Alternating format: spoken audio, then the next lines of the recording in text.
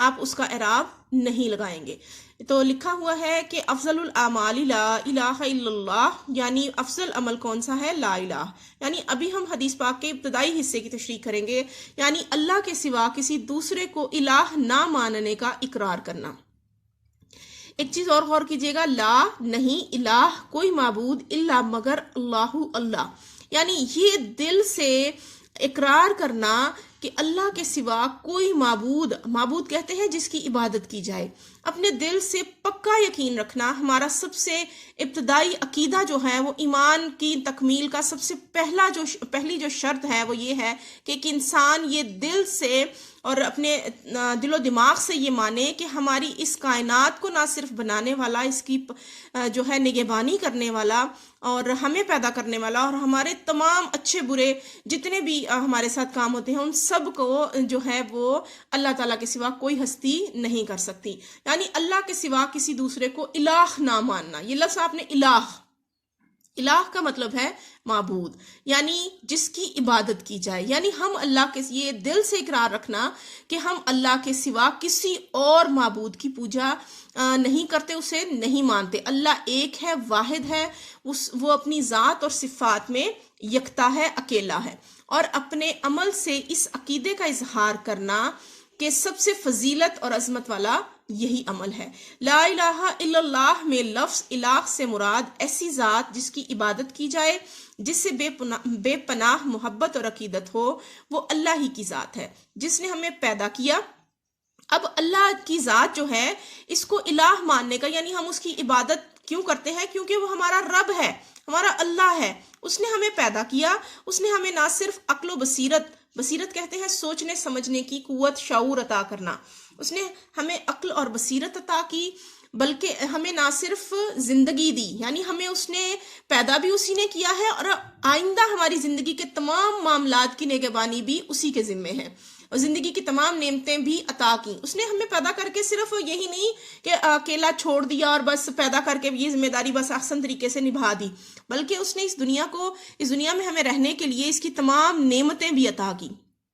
یہ تمام اس کے انعام ہیں ہم پر، تو ہمیں کیا، اس نے اس کے بدلے میں ہم سے وہ کیا چاہتا ہے کہ ہم اس کی عبادت کریں، اور عبادت کرنے سے پہلے ہم یہ پختہ یقین رکھیں کہ وہ اکیلا ہے اپنی ذات اور صفات میں۔ اس لیے ہمیں چاہیے کہ ہم اپنے قول اور فعل، قول کہتے ہیں بات کو، فعل کہتے ہیں کام کو، یعنی ہم کوئی بھی بات کریں اور کوئی بھی کام کریں وہ بالکل اس چیز کی جو ظاہر کرتا ہو کہ ہم ایک اللہ کی عبادت کرتے ہیں، ہم اس کے سوا کسی کو الہ نہیں مانتے، اسی کی عبادت کریں اور اسی سے سب سے زیادہ محبت کریں۔ یہ ہم اللہ کے ایک ہونے کی ہماری طرف سے ایک طرح سے گواہی ہوگی کہ ہم اللہ کو ایک مانیں اور اس کی عبادت کریں۔ حدیث پاک کے دوسرے حصے میں نے آپ کو ہیڈنگ لکھوائی ہے کہ بہترین دعا، یعنی حدیث پاک کے دوسرے حصے میں کیا فرمایا گیا ہے آقا کریم حضرت محمد مصطفیٰ صلی اللہ علیہ وآلہ وسلم کی طرف سے۔ حدیث پاک کے دوسرے حصے میں ارشاد ہے کہ افضل الدعاء استغفار، یعنی بہترین دعا اللہ سے اپنے گناہوں اور نافرمانیوں کی معافی مانگنا ہے۔ یعنی کون سے گناہ؟ یعنی انسان جو ہے وہ اس دنیا میں آ کر اس کی ظاہری رنگینیوں کو دیکھ کر اور شیطان کی طرف سے اس کے بہکاوے میں آ کر بعض اوقات جو ہے وہ اپنے خالق و مالک کی رضا کے خلاف بہت سے ایسے کام، ایسی کوئی غلطی یا گناہ کا ارتکاب کہتے ہیں کسی سے سرزد ہو جانا، کسی سے ہو جانا، کوئی کام ہو جانا، ارتکاب کر بیٹھتا ہے۔ لہٰذا اللہ کو الہ ماننے کا تقاضا یہ ہے کہ انسان اپنی غلطی یا گناہ پر نادم اور شرمندہ ہو کر اللہ تعالیٰ سے معافی مانگ لے، کیونکہ اخروی نجات اس وقت تک ممکن نہیں ہے جب تک اللہ تعالیٰ ہماری غلطیوں اور گناہوں کو معاف نہ کر دے۔ اب اگر کوئی انسان جو ہے اللہ کی نگاہ میں محبوب اور پسندیدہ بننا چاہتا ہے تو اسے چاہیے کہ چلتے پھرتے اٹھتے بیٹھتے دل و جان سے لا الہ الا اللہ پر یقین رکھے، اور یہ اپنے نہ صرف یقین رکھے بلکہ اپنے اعمال، افعال اور اپنی باتوں سے کبھی بھی کوئی ایسا لفظ ادا نہ کرے جس سے یہ ثابت ہو کہ وہ اللہ کے علاوہ کسی کو معبود مانتا ہے۔ یعنی ہمیشہ توحید کا اقرار اس کو دل و جان سے کرنا چاہیے اور سمجھنا بھی چاہیے۔ اس سلسلے میں ایک 3 جو ہے وہ سورت مبارکہ بہت زیادہ اہم ہے، جس میں سب سے زیادہ اہم جو ہے وہ سورت اخلاص ہے، جس میں واضح طور پر اللہ تعالیٰ کی توحید کا اقرار کیا گیا ہے، اور استغفر اللہ کرتا رہے، یعنی روزانہ جو ہے وہ ایک مسلمان پر لازم ہے کہ وہ اپنے جانے انجانے میں کی گئی غلطیاں اور گناہوں پر شرمندہ رہے، اور نہ صرف شرمندہ رہے بلکہ اپنے رب کے حضور معافی جو ہے وہ مانگتا رہے، اور اس چیز پر شرمندگی کا اظہار کرنے کے ساتھ ساتھ اللہ تعالیٰ سے اس کی معافی طلب کرتا رہے۔ عزیز طلبہ، اب اس سورۃ مبارکہ کی جو ہے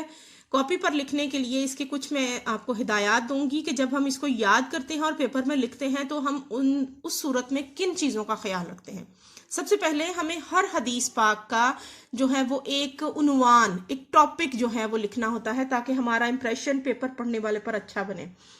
سب سے پہلے اس حدیث پاک کا جو باقاعدہ عنوان بنے گا وہ سب سے افضل عمل اور دعا، اس میں دعا ایڈ نہیں، آپ اس میں دعا کریں گے۔ سب سے افضل اعمال،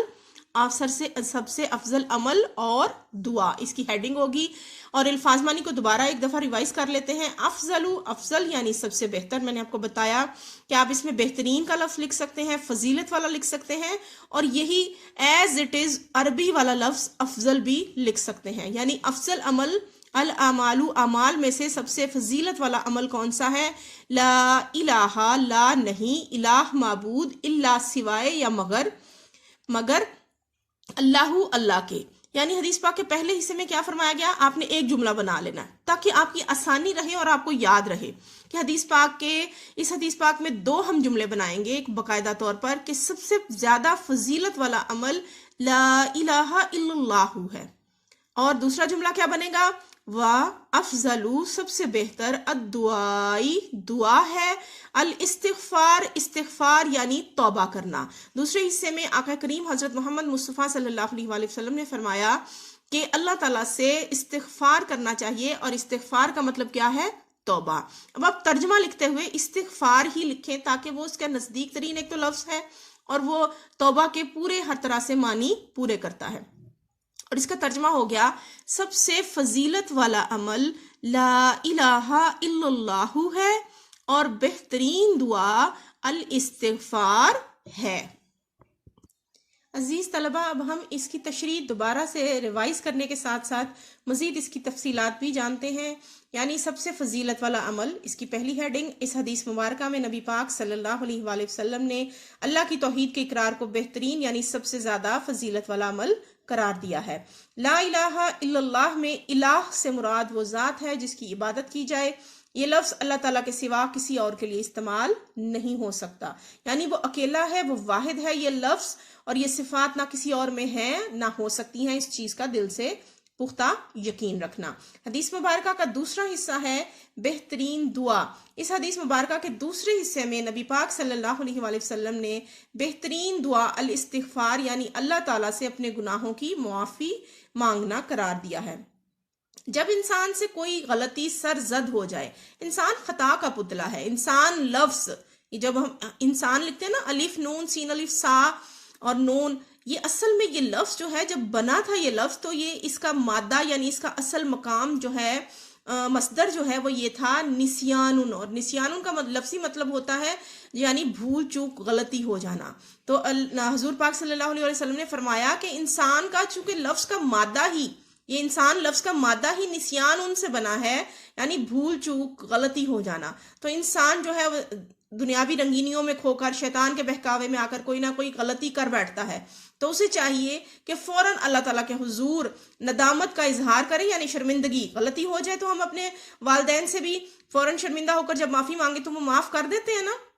بالکل اسی طرح جب ہمارا رب جو ہے وہ 70 ماؤں سے زیادہ مہربان ہے، جب ہم سے کوئی گناہ ہو جائے گا تو ہم اگر اس پر ندامت کا اظہار کریں گے تو وہ ہمیں معاف کرے گا، اس سے معافی طلب کریں گے تو وہ معاف کرے گا، اور کس شرط پر؟ کہ آئندہ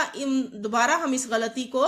یا اس گناہ کو نہیں کریں گے، یہ ہمیں اس سے عہد کرنا پڑے گا، تب وہ ہمیں معاف کرے گا۔ اللہ تعالیٰ کی نگاہ میں پسندیدہ اور محبوب بننا۔ اب ان دونوں اعمال کے کرنے کے بعد جو ہمیں اللہ تعالیٰ کی طرف سے جو ہے وہ انعام ملے گا وہ کیا ہوگا کہ ہم اللہ کی نگاہوں میں پسندیدہ اور محبوب بن جائیں گے۔ یعنی ایک تو اس کی توحید کا اقرار کریں اور دوسرا اس سے اپنے گناہوں کی معافی مانگتے رہیں۔ اس حدیث مبارکہ کی روشنی میں اگر کوئی اللہ تعالیٰ کی نگاہ میں پسندیدہ اور محبوب بننا چاہتا ہے تو اسے چاہیے دل و جان سے اللہ تعالیٰ کی توحید کا اقرار کرے، کیونکہ وہی ذات ہے جس نے ہمیں پیدا کیا، زندگی دی، بلکہ زندگی کی تمام نعمتیں بھی عطا کیں۔ اس لیے توحید کے اقرار کے ساتھ ساتھ اب کنکلوژن آخری آیت میں آخری جو اس کا جملہ ہے اس میں نکل گیا کہ ہمیں توحید کے اقرار کے ساتھ ساتھ اللہ تعالیٰ سے اپنے گناہوں کی معافی بھی مانگتے رہنا چاہیے، تاکہ ہم اللہ کی نگاہ میں پسندیدہ اور محبوب بن جائیں۔ عزیز طلبہ، اس کے ساتھ ہی آپ آج کا پہلا لیکچر جو ہے باقاعدہ طور پر وہ اختتام پذیر ہوا۔ امید کرتی ہوں کہ آپ لوگ اسے باقاعدہ طور پر یاد کریں گے، اور لکھنے کا طریقہ بھی آپ کو پتہ چل گیا کہ جب ہم کسی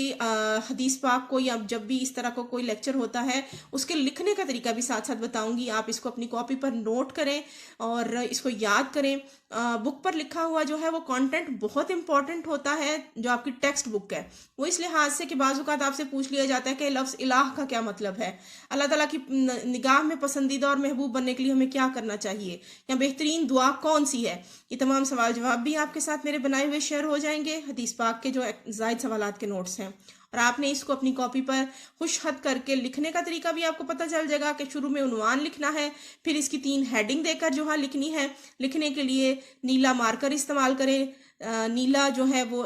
انک پین استعمال کریں۔ اللہ تعالی ہم سب کا حافظ و نگہبان ہو۔ اللہ حافظ۔